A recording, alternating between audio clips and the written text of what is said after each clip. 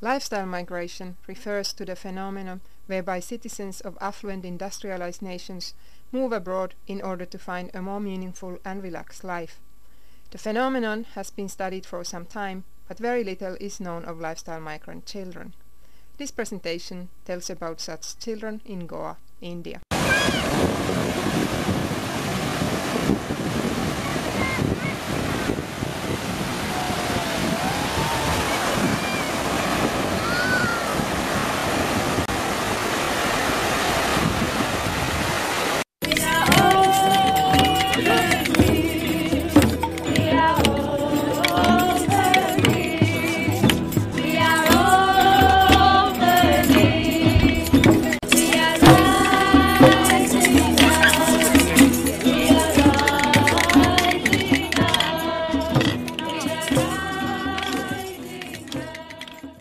In my postdoctoral research, I asked in what kind of cultural and social environment Western children aged 3 to 12 years in Goa live, and how they contribute to creating it. How do they experience their transnationally mobile lifestyle? How do they define their identities, home, and belonging?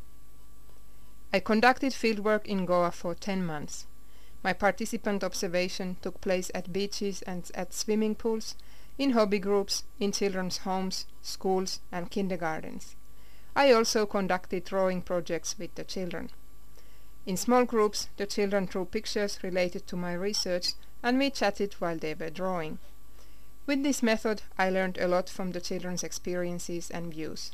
For example, they drew me pictures of their homes and families, pictures of Goa, India, and several other locations that are significant for them. The method turned out to be a lot of fun. For example, when children were supposed to draw family trees, some of them ended up drawing family helicopters.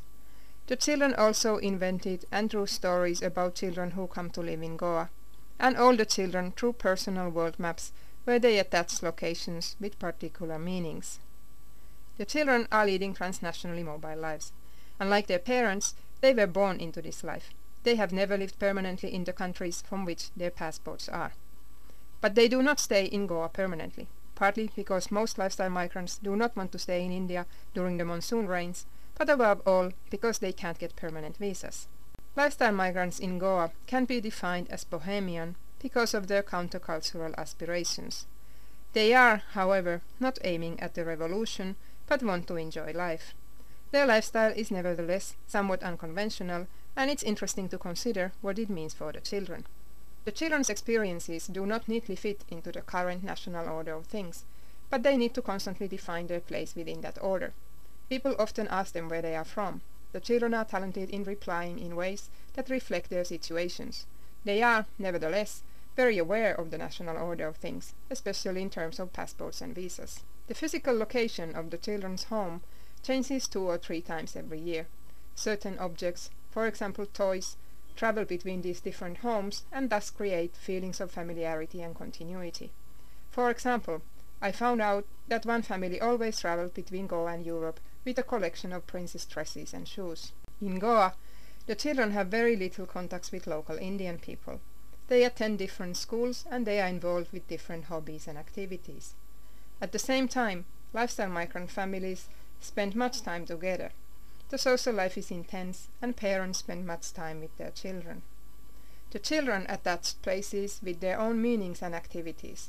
A beach becomes defined in terms of the exciting rocks where one can climb. At the pool there are amazing plants, and at trance parties the children have their own areas where they can play with friends while the parents are dancing. The Goa kids and their parents think that they are opening and raising up to a new level of consciousness. Anthropologists have the tools to investigate what this means in real-life practices. My study shows how long-term ethnographic fieldwork can provide thick descriptions of an unfamiliar and invisible phenomenon.